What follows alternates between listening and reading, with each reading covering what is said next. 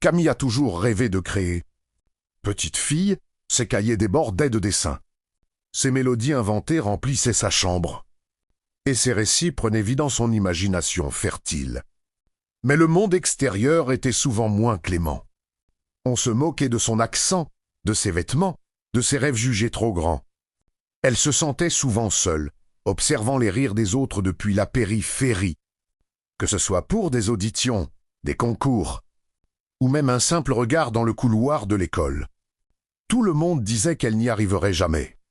Pourtant, au lieu de se taire, Camille décida d'amplifier sa voix. Les nuits se transformèrent en ateliers créatifs. Les week-ends en séances d'entraînement intensives. Elle lisait, apprenait, échouait et recommençait. Toujours avec cette horloge qui tournait en arrière-plan, témoin silencieux de sa persévérance. Ses cahiers se remplissaient de brouillons, de croquis, de partitions raturées des échecs répétés, mais aussi les fondations de ses futures victoires. Jusqu'au jour où elle se retrouva sous les projecteurs, le cœur battant à tout rompre. Que ce soit sur scène devant un jury, face à un écran affichant des millions de vues, ou devant une feuille d'examen déterminante. Le moment décisif était arrivé.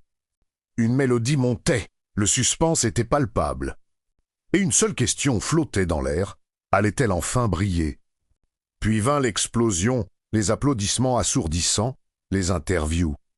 Les réseaux sociaux en ébullition avec des milliers de nouveaux abonnés.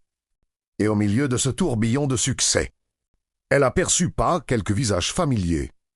Ces anciennes personnes moqueuses, maintenant remplies de surprises. Car on ne savait pas ce qu'elle deviendrait.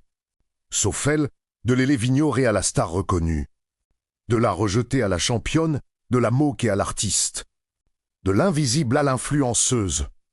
De la refuser à la créatrice d'entreprise. Camille avait prouvé que les murmures du doute ne sont que le prélude au chant de la victoire. Fin de l'histoire, merci d'avoir écouté et merci d'y vous abonner.